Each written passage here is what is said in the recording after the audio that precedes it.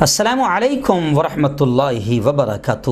ناظرین استقبال ہے، سواگت ہے آپ کا viral news live studio Jalgaon Maharashtra India میں آپ کا میزبان مفتی محمد ہارون ندوی۔ آئیے انٹرنیشنل ٹاپ 5 نیوز، دنیا کی 5 بڑی خاص اہم خبروں پر نظر ڈالتے ہیں۔ جی ناظرین، سب سے پہلے میں اپیل کروں گا کہ جو ساتھی نئے ہیں وہ اگر ملک بھارت کی اور پوری دنیا کی سچی خبریں بے باک اور بے خوف انداز میں دیکھنا اور سننا چاہتے ہیں تو اس چینل سے جڑ جائیں۔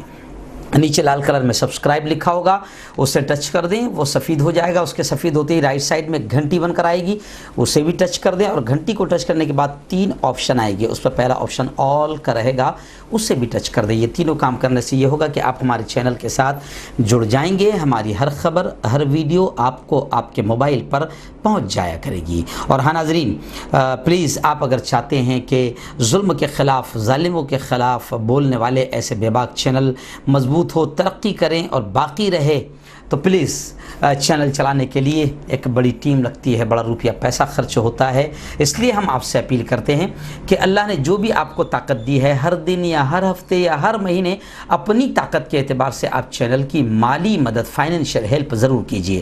اسکرین پر آپ نظر ڈالیں ہمارے چینل کا بینک اکاؤنٹ نمبر۔ ایسے ہی اگر آپ آن لائن بھیجنا چاہتے ہیں تو گوگل پے، فون پے اور پے ٹی ایم کا نمبر 9923223361 یہ دیا ہوا ہے۔ آپ بینک کے تھرو یا آن لائن جس طرح بھی ہو سکتا ہے آپ مدد کریں۔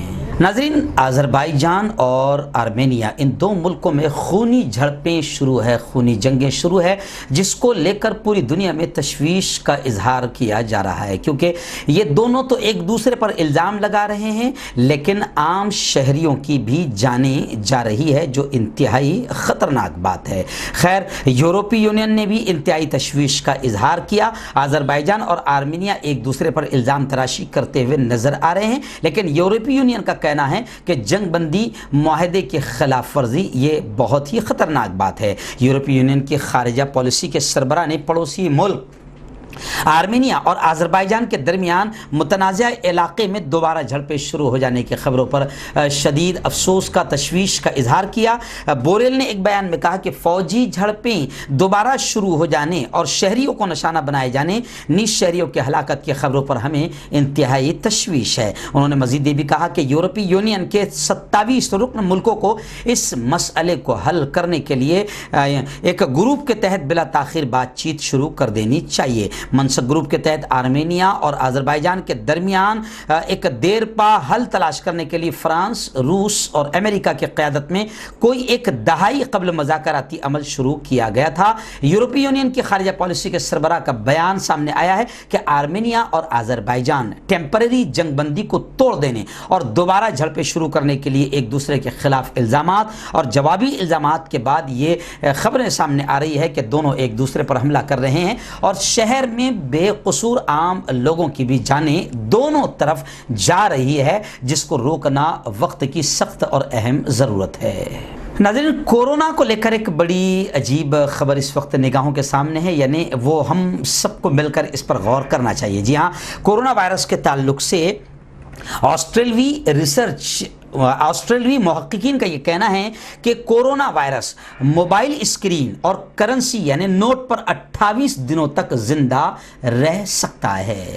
جی ہاں ناظرین، بڑی سوچنے والی خبر ہے، یعنی آسٹریلوی ریسرچرز کا کہنا ہے، آسٹریلوی محققین کا کہنا ہے کہ کووڈ-19 کا سبب بننے والا وہ جو کورونا وائرس ہے وہ کرنسی نوٹ، موبائل فون کا اسکرین، شیشہ اور اسٹین لیس اسٹیل کی سطح پر یہ 28 دنوں تک زندہ رہ سکتا ہے۔ اس لیے یہ خبر پڑھ کر مجھے ایک بات یاد آ رہی کہ میرے جو بڑے بھائی ہے ڈاکٹر اور میرے بھتیجے بھی ڈاکٹر، الحمدللہ 6 گھر میں ڈاکٹر ہے، تو میں نے دیکھا کہ وہ موبائل کے اسکرین پر بھی انہوں نے ایک پولیتھین چپکائے ہوئے ہیں جس کو وہ کچھ گھنٹوں میں فوراً پھینک دیتے ہیں۔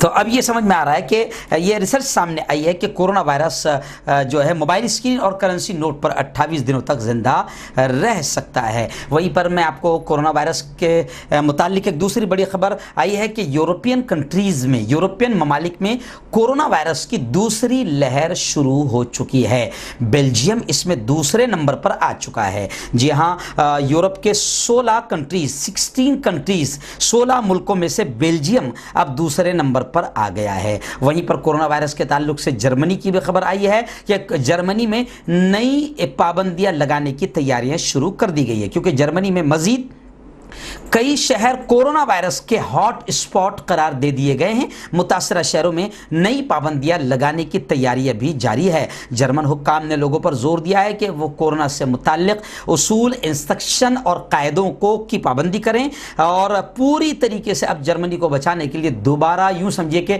لاک ڈاؤن جیسی ہی کیفیت جرمنی میں ہو سکتی ہے۔ ناظرین، ملک کے شام، سیریا سے لے کر ہم آپ کو بہت ساری خبریں اکثر آپ کو دکھاتے رہتے ہیں۔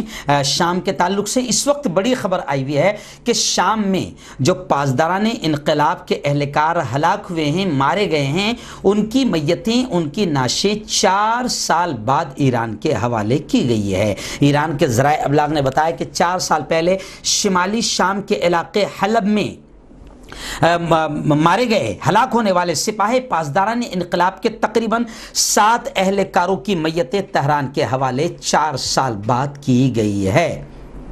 اور وہیں پر میں آپ کو یہ بھی بتا دوں کہ یہ اہلکار مئی 2016 کو خان تومان کے مقام پر شامی باغیوں کے ساتھ لڑائی میں مارے گئے تھے۔ مقتولین کی شناخت DNA کے ذریعے کی گئی، جس کے بعد ان کی رضا حاجی زادہ، محمد بلباسی، حسن رجائی، زکریا شیری، مجید سلیمانیان اور مہدی نظر کے ناموں سے ان کی شناخت اور پہچان کی گئی۔ بتا دوں کہ سن 2016 کو حلب کے نواحی علاقے خان تومان میں ہونے والی لڑائی میں ایرانی پاسداران انقلاب کے تقریباً 80 جنگجو ہلاک ہوئے تھے۔ اس لڑائی میں مارے جانے والے ایرانی فوجیوں میں 17 سینئر افسران شامل ہیں، جبکہ 21 افسر زخمی ہوئے تھے۔ لبنانی حزب اللہ ملیشیا اور افغان جنگجوؤں پر مشتمل فاطمیون ملیشیا کے جنگجوؤں کی ہلاکتیں اس کے علاوہ ہیں۔ ناظرین، بڑی خبر اس وقت میرے نگاہوں کے سامنے ایک اور ہے۔ جی ہاں، یونان میں قدرتی وسائل کا جو وواد ہے، جو تنازع ہے، وہ جاری ہے۔ میں آپ کو بتا دوں کہ اس وقت بڑی خبر یہ بھی آئی ہے کہ ترکی جو تیل کی تلاش میں ہے، ترکی نے تیل کی تلاش میں اپنا سمندری جہاز، اپنا بحری جہاز متنازعہ علاقے میں، پانی میں، سمندر میں بھیجنے کا اعلان کر دیا ہے۔ ترک بحریہ نے تیل اور گیس کے ممکنہ ذخائر تک رسائی حاصل کرنے کے لیے اپنا ریسرچ شپ بحیرہ روم کے متنازع ووادت علاقے میں دوبارہ بھیجنے کا اعلان کیا ہے۔ یاد رہے کہ ترکی اور یونان کے درمیان توانائی کے وسائل تک رسائی اور سمندری سرحدوں پر تنازع جاری ہے۔ دونوں ملکوں کے درمیان اگست میں اس وقت کشیدگی میں، دشمنی میں اضافہ ہو گیا تھا جب ترکی نے یونان کے ایک جزیرے کے جنوب میں اپنے ایک بحری جہاز کو سروے کے لیے بھیجا تھا۔ اس علاقے پر ترکی، یونان اور قبرص تینوں دعوے دار ہیں۔ یاد رہے کہ یونان کا یہ جھوٹا جزیرہ ترکی کے ساحل سے صرف 2 کلومیٹر کی دوری پر ہے۔ تاہم ستمبر میں کشیدگی میں تھوڑی کمی اس وقت آئی تھی جب وہاں پر ترک جہاز حدود میں واپس لوٹ آیا اور دونوں جانب سے کہا گیا تھا کہ وہ سفارتی طور پر یہ تنازع حل کرنے کے لیے مذاکرات پر، بات چیت پر راضی ہیں۔ لیکن ابھی خبریں آ رہی ہے کہ ترکی نے تیل کی تلاش میں اپنا سمندری جہاز متنازع پانی میں بھیجنے کا اعلان کیا ہے۔ ناظرین، ایران پر امریکہ ہر طرح کی راجنیتک دباؤ کی کوششیں لگاتار کرتا آ رہا ہے، لیکن خیر اس وقت بڑی خبر آئی ہے کہ چین نے ایران کے ساتھ جوہری معاہدے کی حمایت کی اور نئے مذاکراتی فورم کی تجویز پیش کی۔ چین کے وزیر خارجہ نے ایرانی وزیر خارجہ سے ملاقات میں تہران کے لیے بیجنگ یعنی چین کی حمایت کو دہرایا۔ یعنی چین نے کہا کہ ہم ہر طرح سے ایران کا سپورٹ کریں گے اور مشرق وسطیٰ میں تناؤ دور کرنے کے لیے نیا فورم تشکیل دینے کی تجویز پیش کی۔ چینی وزارت خارجہ کے مطابق چین کے جنوب مغربی شہر میں ہونے والی ملاقات میں جواد ظریف نے ایران کے عالمی طاقتوں کے ساتھ ہوئے 2015 کے جوہری معاہدے کے لیے اپنے عزم کو دہرایا، جو امریکہ کے جانب سے جوہری معاہدے کو ترک کے اقدام کی مخالفت ہے۔ یعنی امریکہ ایک طرف یہ چاہتا ہے کہ تمام طرح سے ایران سے تمام دوسرے ملک بھی تعلق تعلقات ختم کر دیں، لیکن چین نے ایران کے ساتھ جوہری معاہدے کی حمایت کی ہے اور نئے طور پر مذاکراتی فورم کو تشکیل دیا ہے کہ بات چیت کی جائے گی۔ ڈان اخبار میں شائع ہونے والی رپورٹ کے مطابق ایران کے سعودی عرب اور مشرق وسطی کے دیگر ملکوں کے ساتھ تعلقات تنازعات کا شکار ہے، جس کی وجوہات یمن میں جاری جنگ اور عراق میں ایرانی اثر و رسوخ اور سعودی عرب کی جانب سے واشنگٹن کی تہران پر لگائی گئی پابندیوں کی حمایت ہے۔